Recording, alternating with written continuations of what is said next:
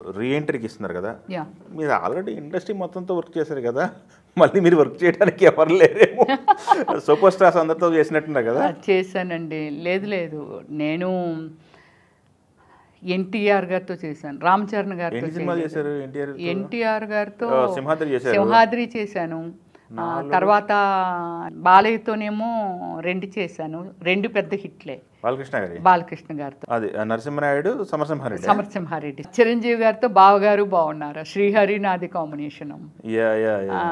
తర్వాత మహేష్ బాబీ ఒకటి చేశాను. తర్వాత రాజకుమారుడైనా చౌదరి గారిది యువరాజు ఎస్ చేశాను. ఇప్పుడు మీరు బాలకృష్ణ గారిని గుర్తు చేశారు కాబట్టి, ఆయన బాలకృష్ణ గారు ఇండస్ట్రీకి వచ్చి 50 సంవత్సరాలు అంట నటుడిగా పూర్తి చేసుకున్నారు. ఇప్పటికీ ఆయన రన్నింగ్ లో ఉన్నారంటే రియల్లీ అంటే గ్రేటే కదా. అంటే అదే అండి నేను చెప్తున్నాను, ఒక సీఎం కొడుకు కదా, అంతేగా, ఒక పెద్ద స్టార్ హీరో కొడుకు, ఆయన కష్టపడాల్సిన అవసరం లేదు. ఇప్పుడు స్టిల్ లవ్ ఒక యంగ్ హీరోలాగా బాలయ్య గారు మూవీ చేస్తున్నారు, హీరోగా చేస్తున్నారు అని అంటే ఆ స్టామినా డెవలప్ చేసుకోవడం కానీ, ఆ సినిమా మీద డబ్బు లేక రమ్మిశ్రీ ఏంటంటే మీకు ఎంత పిచ్చా సినిమాలు అంటే అది చూడండి, కంపారిజేషను. ఒక బాలయ్య గారికి డబ్బు లేక ఒక స్టార్ హీరో సన్నం, మామూలు స్టార్ కాదు, ఒక సీఎం సన్నం, ఆయనే పెద్ద స్టారు బాలయ్య గారే. ఇప్పుడు ఇంకా ఆయనకి హీరోగా చేయాల్సిన అవసరం లేదు, మనీయే ఇంపార్టెంట్ అనుకుంటే నో. కానీ మనుషుల మధ్య ఉండడం అనేది కానీ, ఈ హ్యాపీనెస్ కానీ, ఈ ఏమంటారు దాన్ని, మనిషి ఎనర్జీ లెవెల్ కానీ, ఈ సినిమా ఫీల్డ్లో ఉన్న ఆ మంచి ఆలోచన ఎందులోనూ రాదండి. ఓకే, ఎందుకంటే ఇది ఇందాక కూడా చెప్పాను, నాగార్జున గారే ఒకప్పుడు చెప్పారండి, ఫిలిం ఇండస్ట్రీ అనేది ఎవ్వరిని చీట్ చేయలేని ఇండస్ట్రీ ఏదైనా ఉంటే అది ఫిలిం ఇండస్ట్రీ మాత్రమే. వాళ్ళ హార్డ్ వర్క్, వాళ్ళ క్రమశిక్షణ, వాళ్ళ లక్, ఇంతే, దీని మీదే డిపెండ్ అయి ఉంటుంది తప్ప ఇంత కూడా ఎవరికి హామ్ చెయ్యిన ఇదనమాట ఈ ప్రొఫెషన్. సమరసింహారెడ్డి, నరసింహనాయుడు లాంటి 2 ఇండస్ట్రీ హిట్లు, అవి ఇండస్ట్రీ హిట్లు ఉన్న సినిమాల్లో చేశాను, క్యారెక్టర్లు చేశాను.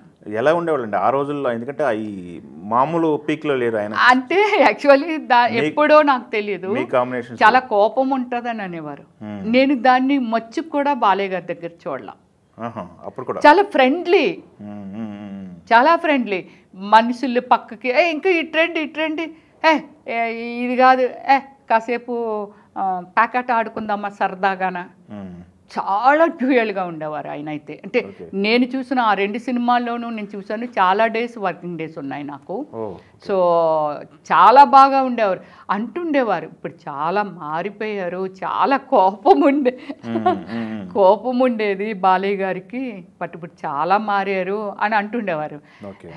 అంత కోపం ఉంటే ఇప్పుడు అంత మారిపోగలరా అంటే నేను చూడనది. అది ప్రజెంట్ నేను చూస్తున్నది ఏమిటి, అందరితో చాలా ఫ్రెండ్లీగా ఉండేవాళ్ళు. ఆయన భోజనం చేసినప్పుడు కూడా అందరు రండి కూర్చోండి అలా అంటుండేవారు. సో ఇంత ఫ్రెండ్లీగా ఉంటారు, అలా చెప్తారేంటి. బట్ నేను చూడలేదు కాబట్టి అది అబద్ధము నిజం అనేది నాకు తెలియదు.